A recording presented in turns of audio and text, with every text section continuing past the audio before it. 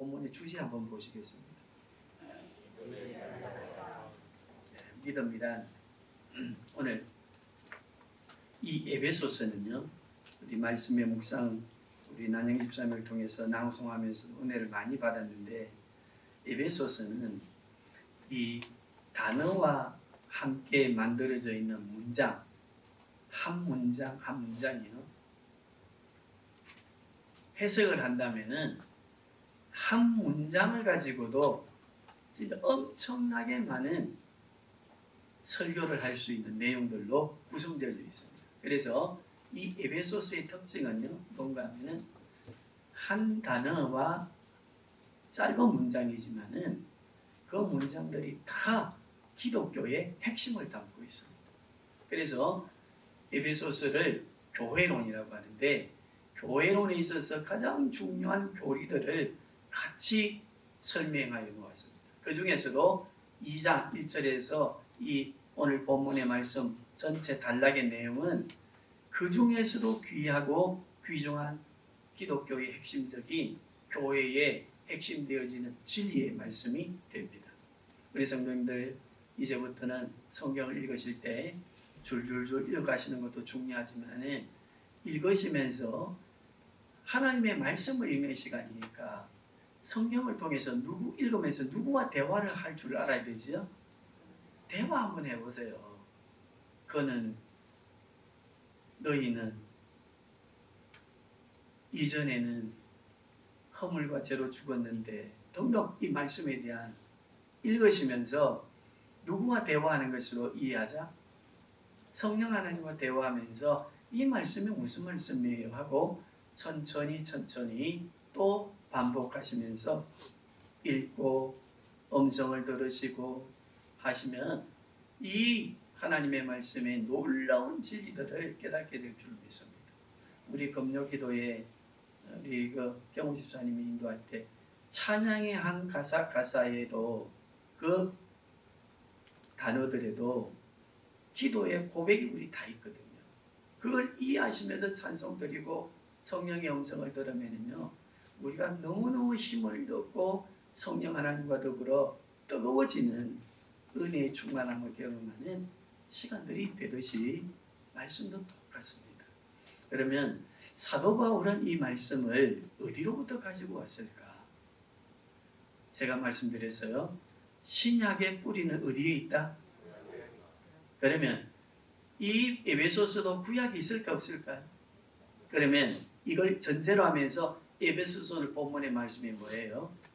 우리가 예수를 믿게 되어진 것은, 예수를 믿고 구원받게 된 것은 모두가 다 뭐로 되었다? 은혜로 되었다.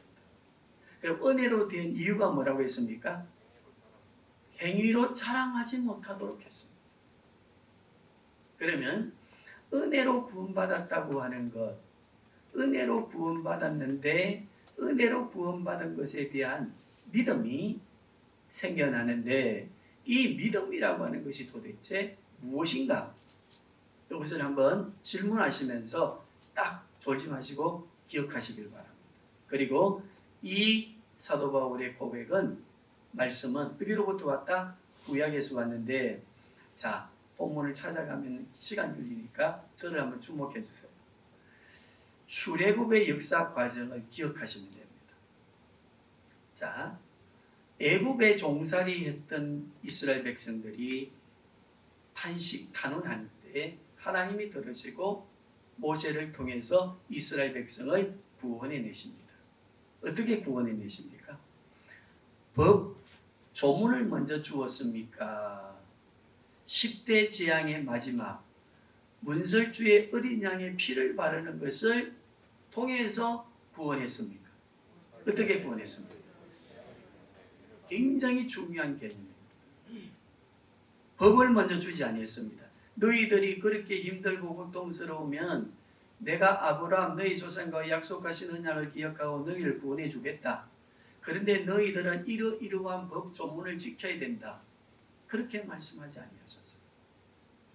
법 조문을 먼저 주신 것이 아니라 법에 의하여, 법 규칙에 의하여 우리가 살아야 될 것을 먼저 말씀해 주신 것이 아니라 어린 양의 보혈의 피가 문설주에 발려져 있는 그 사건을 통해서 이스라엘 백성 구원해 주시고 애굽으로부터 탈출하게 하시고 홍해를 건너게 합니다.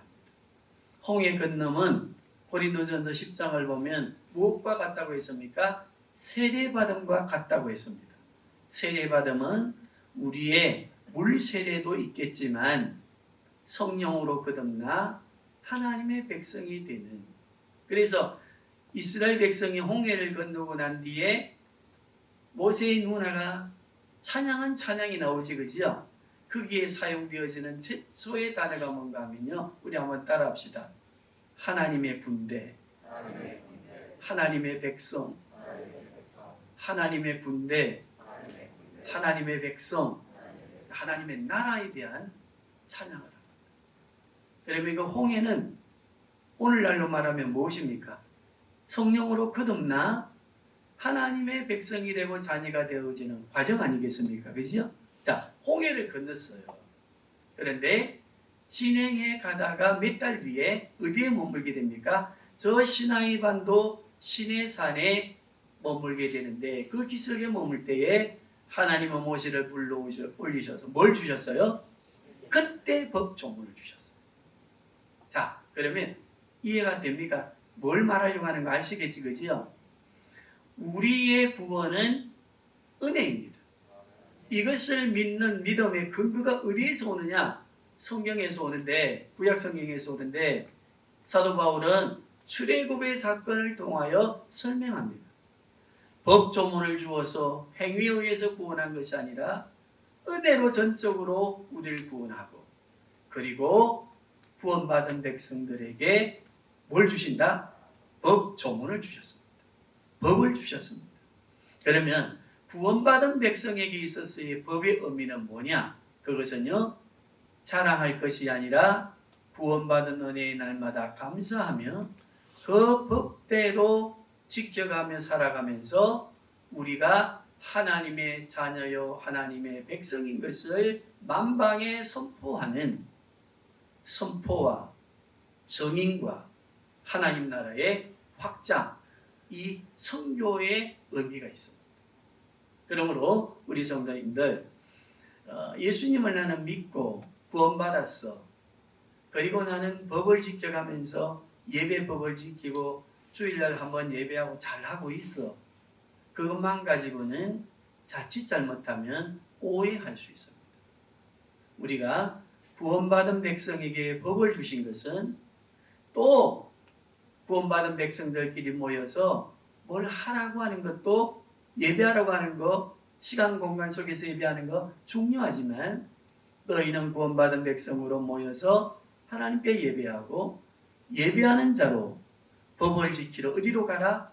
세상으로 가서 너희가 더 성숙해지고 성화되어져 가고 더 거룩해지고 세상의 빛이 되면서 하나님의 나라를 선포해라. 정인이 되라. 선교해라. 전도해라고 하는 이 역동적인 의미가 있음을 우리가 기억하고, 오늘 사도 바울이 고백하고 있는 우리에게 가르쳐 주시는 하나님의 말씀을 이해해야 될 줄 믿습니다.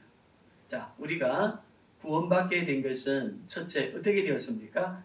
행위에서 난 것이 아니라 전적으로 은혜로부터 되었다. 허물과 죄로 죽을 수밖에 없는 우리가 하나님의 자녀가 된 것은 은혜로 되었는데, 은혜로 되었다고 하는 이것에 대하여 우리가 믿어져야 안 되겠습니까? 그지요? 그러면요, 은혜로 구원받은 사람들에게는 믿음이 생겨지는데, 그 믿음의 내용은 동전의 양면처럼 두 면이 있음을 이해해야 됩니다. 한번 따라 하시겠습니다. 한 면은 우리의 이성으로 이해할 수 없으나 믿어지는 은혜, 믿어지는 믿음. 자, 이것이 뭔가를 우리가 먼저 이해해야 됩니다. 왜 은혜로 구원받았다고 하는가? 왜 법조문을 안 주셨는가?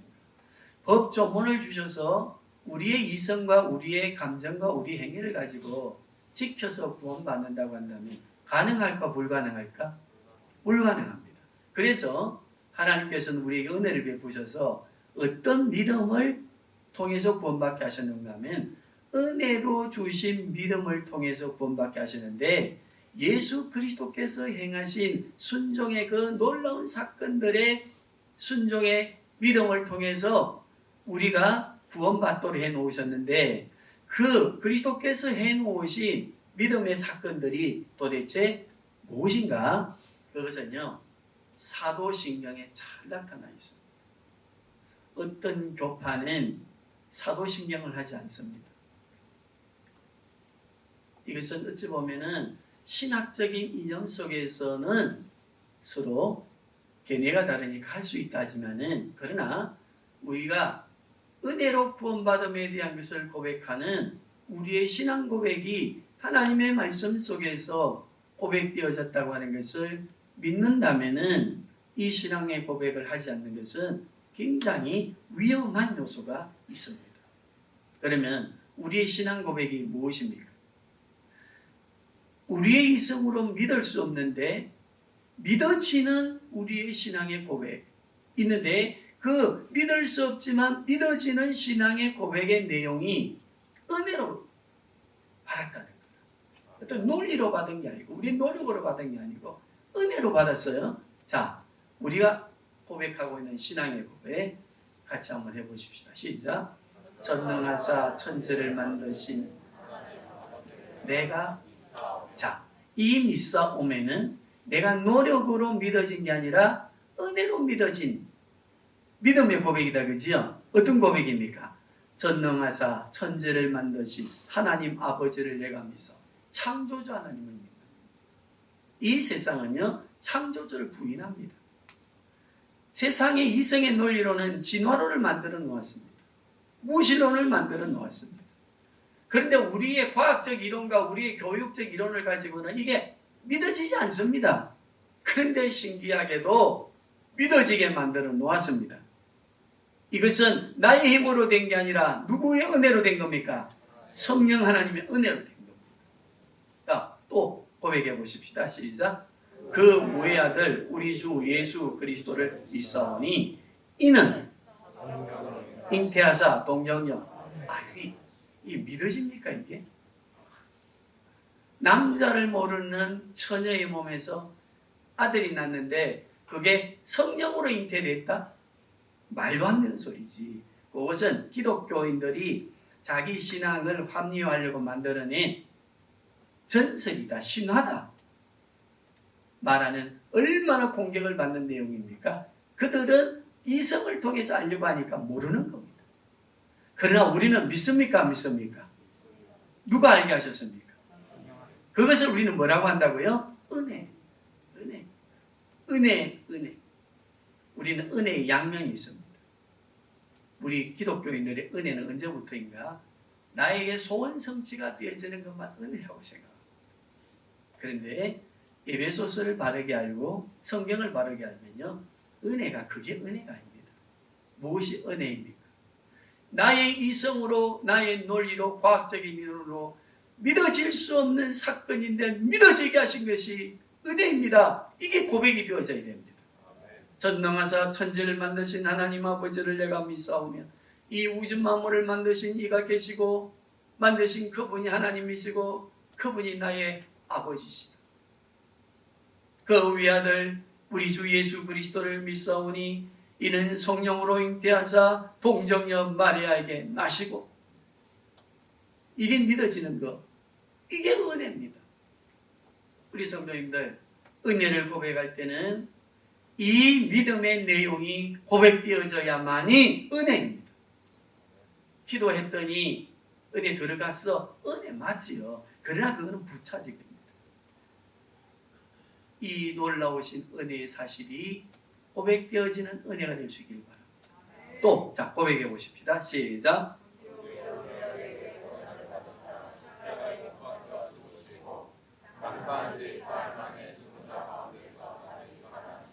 자, 예수가 죽었는데 우리 죄를 짊어지셨다고 하는 거, 이거 이론으로 믿어져야 안 믿어져요? 이거 웃기는 일이지. 그 로마의 법정에서 로마 위정법을, 실정법을 어겨서 죄인으로 죽었는 예수가 우리 죄를 짊어지시고 죽었다니. 이 논리로 믿어집니까 이게? 신학적인 이론으로 해결될까요? 안 됩니다.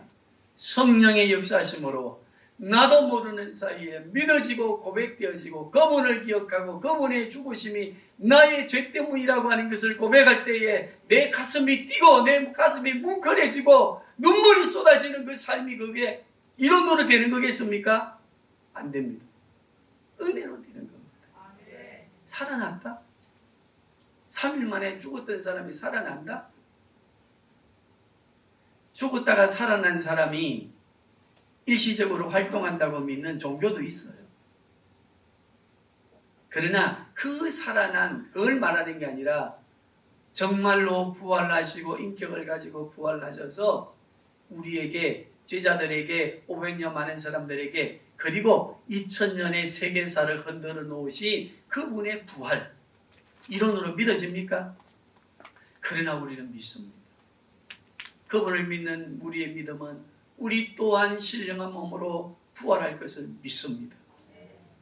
이게 우리 노력으로 됩니까? 은혜로 된 겁니까? 자, 또 고백해 보십시다. 시작.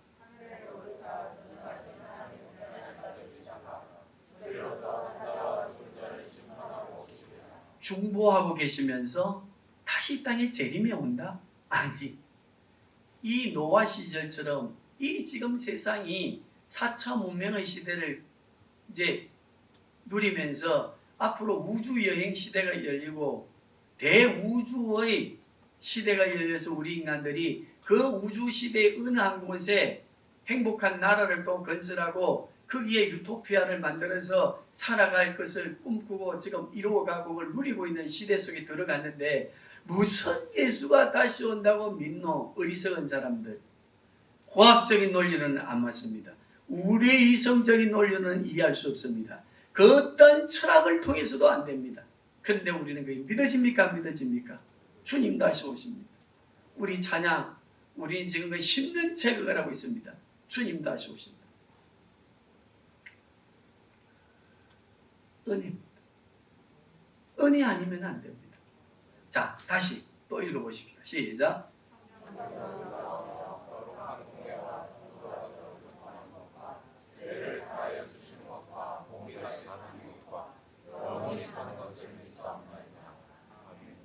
영원히 사는 것을 믿는다, 그지요? 이게 진짜 믿어져야 돼. 근데 우리 노력 어때? 안 돼? 누가 믿게 해주셔야 돼? 성령으로 거듭난 자들은 믿어진다, 그지요? 참 신기하게도. 그래서 오늘 이 자리에 온 거 아닙니까? 얼마나 할 일이 많습니까? 마지막 날이 공휴일 날 이 일하게 되지만 꼽을 준다 하는데 왜 우린 여기 와야 합니까? 이 사실의 고백이 이론으로 과학으로 세상 사람은 어리석다 말하지만 우리는 은혜 받은 우리는 믿어집니까? 안 믿어집니까? 그렇게 오늘 여기 온 것 아닙니까? 자, 그렇다고 한다면은 또 한 면의 믿음이 있습니다. 우리가 목회자들이 설교할 때 아멘 믿습니까? 믿습니다. 고백하는 이 믿음의 또 한 면 무엇인가 하면은요, 우리가 이 땅을 살아가는 데에 잘 될 줄로 믿습니다 하면은 우리도 저도 그렇습니다. 아멘을 크게 할까요? 작게 할까요? 크게 합니다. 오늘 시험 친 거 박신철 목사 잘 될 줄로 믿습니다 하면 저도 기분이 좋아 안 좋아? 이왕이면 막 목사한테서 축복받고 막 부흥 강사로 온 사람들한테서 기도받고 하는데 막 할렐루야 아멘 하겠지, 그지요? 그런데 그게 우리가 믿어야 되는, 우리가 믿고 고백해야 되는 믿음이 아닙니다. 그것도 2차적입니다. 그러면 우리가 은혜로 믿어진 믿음을 가지고 우리가 믿음으로 산다고 하는 의미가 뭔가? 잘 들으셔야 됩니다. 우리의 이성과 논리를 가지고 이해할 수 없는 것들, 전능하사 천지를 만드신 영원히 사는 것을 믿습니다. 이 고백이, 이 믿음의 고백이 성령 하나님을 통해 되었다, 그지요? 그렇다고 한다면 우리가 해야 될 게, 성령 하나님과 함께 우리가 해야 될 믿음의 삶이 뭔가 하면요, 이 사실을 믿는 게 믿음입니다. 천국이 있음을 믿습니까? 이게 믿어져야 되지. 이걸 믿어지도록 성령 하나님 나를 도와주셔서 이 세상의 유혹들이 오고 세상의 것들이 소유하고 싶고 많은 욕망들이 있을 때 너는 하나님의 자녀야. 너는 천국이 있음을 믿잖아. 내가 너를 믿게 만들어 주었잖아. 은혜로 믿도록 해주었잖아. 그러므로 너는 그것이 믿어지는 믿음의 사람으로 살도록 그 믿음을 붙들도록 성령 하나님께 기도해야 돼. 그게 믿습니다가 돼야 돼. 다시 오실 것을 믿습니다. 우리의 살아가는 삶을 살다 보면 다시 오실 예수님이 믿어져 안 믿어져? 그런데 믿습니다는 뭐가 믿습니다라? 그것을 믿어지는 삶으로 살아가게 해주시옵소서 라고 할 때에 믿습니다. 그건 누가 해주셔야 돼? 그것도 성령님 도우셔야 돼. 그래서 오늘 우리는 믿음이란 뭐냐? 성령 하나님께서 믿어지게 하시고 믿어져서 우리의 삶에 실천할 수 있도록 성령 하나님이 도우시는 믿음. 이 양면을 꼭 기억하셔야 됩니다. 그러므로 우리는 성령 하나님을 떠나서 살 수 있습니까? 없습니까? 살 수 없습니다. 왜 그럴까요? 이 믿음을 가지고 승리하는 삶을 살려고 하면은 우리는 끊임없이 성령 하나님과 함께 대화하고 말씀을 통해서 대화하고 그리스도를 바라보게 하시는 성령의 음성을 들으면서 위로받고 구원의 여정에 대하여 고백되어지는 성경의 내용들을 믿어지게 하신 성령 하나님, 내 삶에 믿어지지 않고 유혹이 있을 때에 그것을 믿고 살아갈 수 있는 믿음을 주시옵소서. 믿습니다 하는 삶을 주시옵소서. 또 성령 하나님께 도움을 간청합니다. 교제하며 살아가는 삶이 믿음의 삶입니다. 이게 믿음입니다. 그런데 우리의 믿음은 어찌 왜곡되어져서 그저 우리의 삶에 세상 것을 얻고 국위 영화를 누리는 데 대해서는 막 할렐루야 아멘 믿습니다 이거 부활 믿습니까 하면은 방금 하나님의 은혜로 나의 것은 내 소원이 이루어질 거는 믿습니다 해놔 놓고 천국이 있음을 믿습니까 하면 거기에는 머리를 걸고 그러면 우리의 믿음이 무엇입니까? 무엇을 믿는다는 말입니까? 무엇을 믿고 고백한다는 말입니까? 우리가 오늘 이 자리에 나와 있는 이유가 무엇입니까? 이 땅에 촬영하셔서 성탄으로 오신 예수 그리스도를 기다리는 기다림 속에 우리가 감사하고 기뻐하고 소망을 거는 이유가 무엇입니까?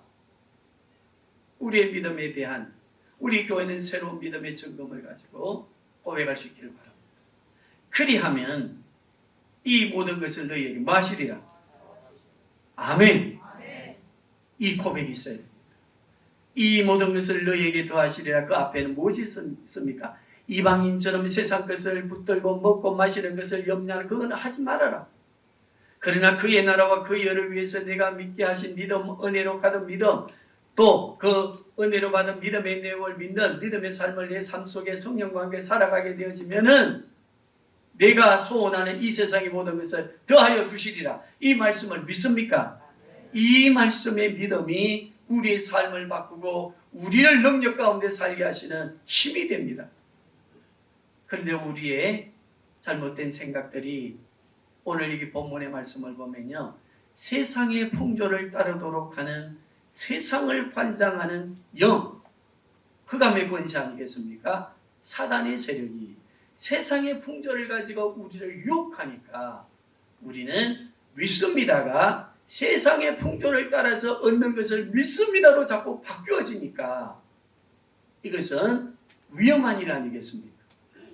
우리 성도님들, 우리 교회는 이 성탄을 강림절 주일을 통해서 성탄을 기다리며 다시 오실 주님을 기다리는 믿음으로 우리 믿음에 대한 견고한 성이 새롭게 무너져가지 않고 세워지는 믿음이 되어야 될 줄로 믿습니다. 예를 하나 듭니다. 교회 사입니다. 월리안 쇼라고 하는 선교사님의 가족사입니다. 그 선교사님의 아들 이야기입니다. 평양에서 태어났습니다. 선교사로 오신 아버지를 따라 아버지가 거기에서 이제 해밀턴 쇼라고 하는 아들을 낳았는데 이 아들이 또 미국으로 가 공부하면서 성장하면서 26살에 결혼을 합니다. 그리고 아들 하나를 낳았습니다. 그런데 그때에 한국전이 터졌는데 전쟁이 일어나서 미국에 막 소문이 나고 한국을 위해서 기도해 달라고 하는 전파들이 막 쏟아져 나오는 거기에 아버지가 일평생 선교했던 그 나라 대한민국, 그리고 내가 태어난 저 평양에 태어난 나의 고향이 전화에 휩싸여서 지금 낙동강을 선우에서 마지막 거점 남겨놔놓고 사투를 벌인다고 하는 소리를 듣고 자원을 합니다. 해병대. 몇 살이에요? 28살이었습니다. 그러면 아들이 몇 살입니까? 마누라는 몇 살이겠습니까? 그때 자원하니까 온 친구들이 기도하는 사람들마저도 말렸습니다. 거기가 없는 죽는다. 근데 왜 그 나라를 갈라 합니다. 그때 고백한 고백이 있습니다. 대한민국은 나의 조국입니다. 내가 태어난 곳입니다. 혈통은 다르지만 내가 태어난 곳이 그것은 나의 고향이요 나의 조국입니다. 나의 조국이 지금 무너져 가는데 저 공산당들에 의해서 무너져 가는데 내가 여기 있을 수 없습니다. 자원하여서 어디에 파견되는가 하면요 인천 상륙작전에 파견됩니다. 살았을까요? 죽었을까요? 28살 그 나이에 2살짜리 아들을 남기고 아리따운 아내를 남겨놓고 장렬한 전사를 합니다. 어리석지 그지요? 그러나 그는 믿어지는 게 있었고 믿는 게 있었습니다. 뭘 믿었는가 하면요 그 주위의 사람들은 네 아들을 어찌할게고 네가 죽으면 저 어찌할게고 네 아내는 어떻게 할 거며 어떻게 할 것인가 거기에 대하여 염려하며 말겠지만 해밀턴 쇼라고 하는 선교사님의 아들은 믿음의 고백자로서 믿었습니다. 뭘 믿었는가 하면 내 조국 대한민국 혈통은 다르지만 내가 태어나고 내 아버지가 복음을 위해서 살았던 저 민족에게로가 나의 생명을 이 젊은 날의 생명을 바친다 해도 내가 남겨둔 하나님의 기업이여 선물은 하나님이 책임져 주신다. 믿었습니다. 그리고 장렬하게 전사했습니다.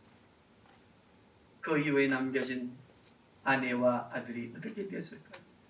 아들은 하버드 대학 좋은 대학들만 나오고 미국에서 교수가 되어서 한국어를 연구하는 교수가 지금 되어 있고 아내도 어머니도 다시 재공부하고 훌륭한 박사가 되어서 한국의 교환교수로도 구하여서 또 한국을 위해서 일하는 1세대, 2세대, 3세대 선교사 가족이 되었고 그들이 묻혀있는 양화전 거기에는요 비문이 이렇게 써져 있습니다. 믿음의 신실함을 가지게 되면 영원한 생명으로 이어진다. 어디에 근거한 말씀입니까? 우리 다시 한번 해보십시다. 믿음의 신실함을 가지면 생명이 영원으로 이어진다. 내가 내 계명을 지키고 믿으면 내 자사손손 몇 대까지? 1000대까지. 오늘 본문의 말씀도 있습니다. 오는 세대들이라고 단어가 나와 있지 그지요? 은혜로 구원받고 은혜로 믿음을 고백하고 우리가 믿음으로 세상을 이어나가는 삶을 살면 하나님은 우리의 자녀와 우리들을 책임지십니다. 우상이 무엇입니까?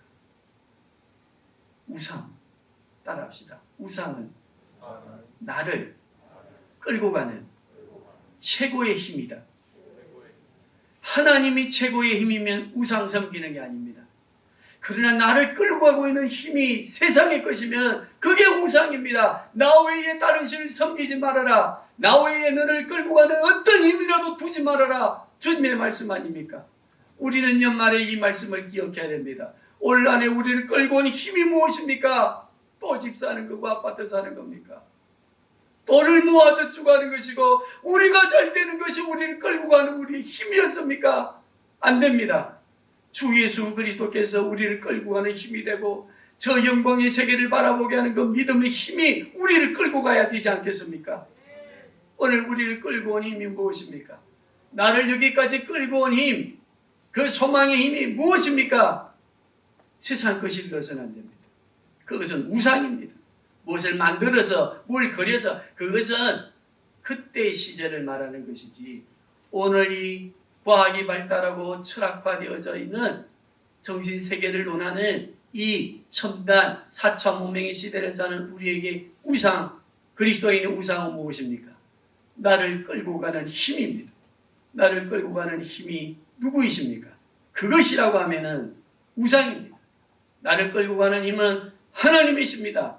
만군의 여호와 하나님이십니다. 우리를 창조하신 것은 우리가 신앙 고백하는데 이 고백을 가지고 우리가 이 땅을 살아가지만 어려운 문제가 옵니까? 안 옵니까? 어려움의 문제가 옵니다. 이게 이제 딜레마가 될 수 있습니다. 그런데 믿음을 가지고 살아가는 성도들에게 이 어둠의 고통, 이 고통을요 하나의 문학적인 은유적 표현을 할 때는 고통을 이 어려움을 캄캄한 밤으로 소개를 하지 그지요? 죄악된 밤도 밤으로 소개하지만 우리에게 주어진 그리스도 안에 살아가지만 믿음을 가지고 살아가지만 우리에게 주어진 삶의 고통도 시적 표현을 할 때는요 캄캄한 풍랑이 있는 파도치는 바다로 소개할 때가 많습니다. 그런데 고통의 어두움은 신비를 가지고 있습니다. 자, 어떤 신비인가 우리 결론적으로 말씀을 드릴 테니까 귀담아 들으시고 우리 마음에 새기십시오. 첫째는 따라하겠습니다. 어두움의 신비는 대밝은 낮에 보지 못하는 것을 보게 하는 신비가 있다. 낮에 북두칠성 보입니까? 하늘의 별들 보입니까? 낮에 보인다고 하늘을 쳐다보고 있는 사람은 저같이 눈이 침침한 사람은 앞에 3m도 안 보이는데 뭘 보겠습니까? 그러나 저같이 침침한 사람도 밤이 되면은 하늘을 쳐다보면 모든 것이 선명하게 보여요. 낮에 보지 못했던 것을 보게 됩니다. 우리에게 주어진 믿음으로 살아가는 우리의 삶의 고난과 고통이 캄캄한 밤으로 주어질 때 믿음의 사람들은 눈을 들 하늘을 봅니다. 거기에 우리를 향해 계시고 기도하시는 주님을 더 선명하게 볼 수 있는 매력이 있습니다. 신비함이 있습니다. 우리의 고난과 고통이 있을 때 우리는 어디를 쳐다봅니까? 땅을 쳐다봅니다. 그리고 보이지 않는 땅을 찾아서 헤맵니다. 캄캄할 때 땅을 찾아보십시오. 거기에는 저 같은 사람은 움직일 수가 없습니다. 보이지 않는데, 길이 안 보이는데, 그런데도 우리는 늘 있어가 캄캄한 밤이 되면 그 어두움의 세상을 향해 자꾸 뭔가를 해결하려고 찾습니다. 그때 믿음의 사람은 눈을 들음. 저 영광의 세계를 바라봅니다. 그때에 우리가 보지 못했던 평안하고 잘 될 때 보지 못했던 하나님이 우리를 위해 계시고 일하고 계시는 것을 보게 됩니다. 우리의 고통의 그 삶의 캄캄함은 신비함이 있습니다. 아멘. 두 번째, 어두움의 신비가 무엇입니까? 어두움은 깊어가면 깊어갈수록 밝은 새날을 품고 그 새날로 다가가는 자라나게 함이 있습니다. 어두움의 캄캄함은 무엇을 자라나게 한다? 새날을, 밝음을 자라가게 하는 힘이 있습니다. 어둠에 절망하지 마십시오. 주저앉지 마십시오. 끝이 아닙니다. 저는 금요일날 하나님의 계산법과 세상의 계산법과 사람, 나의 계산법에 대해서 설교해드렸습니다. 내 힘이 부족하고 캄캄한 인생이 있을 때 하늘 우러러 보지 못하는 하나님의 세계를 보게 됩니다. 우리는 새날이 고통 속에서 새날의 밝음이 소망 가운데 자라고 있음에 대한 것을 느끼게 됩니다. 보게 됩니다. 그리고 새날을 어찌하게 됩니까? 기대하게 됩니다. 우리 2020년 기대되지 않습니까? 바라봐지지 않습니까? 2021년 우리 삶의 여정의 고통이 2022년에는 어떠한 새날을 소망을 품고 이 해를 지나게 되었는가에 대한 것을 우리는 한번 기대해 보시고 새날에 대한 도전이 있어야 될 줄로 믿습니다. 믿으면 믿어지게 하는 것과 우리가 믿어야 될 것들이 성령의 도우심을 통해 주어져 있는 믿음의 세계가 있습니다. 이 믿음을 가진 믿음의 선교사들, 믿음의 증인들이 너무너무 많습니다. 우리의 삶의 공감이 주어질 때 우리는 어두움의 신비에 대한 고난의 의미를 바르게 이해하고 우리의 삶에 재도전하는 성탄을 맞이하는 우리 성도들 되시기를 주님의 이름으로 축복합니다.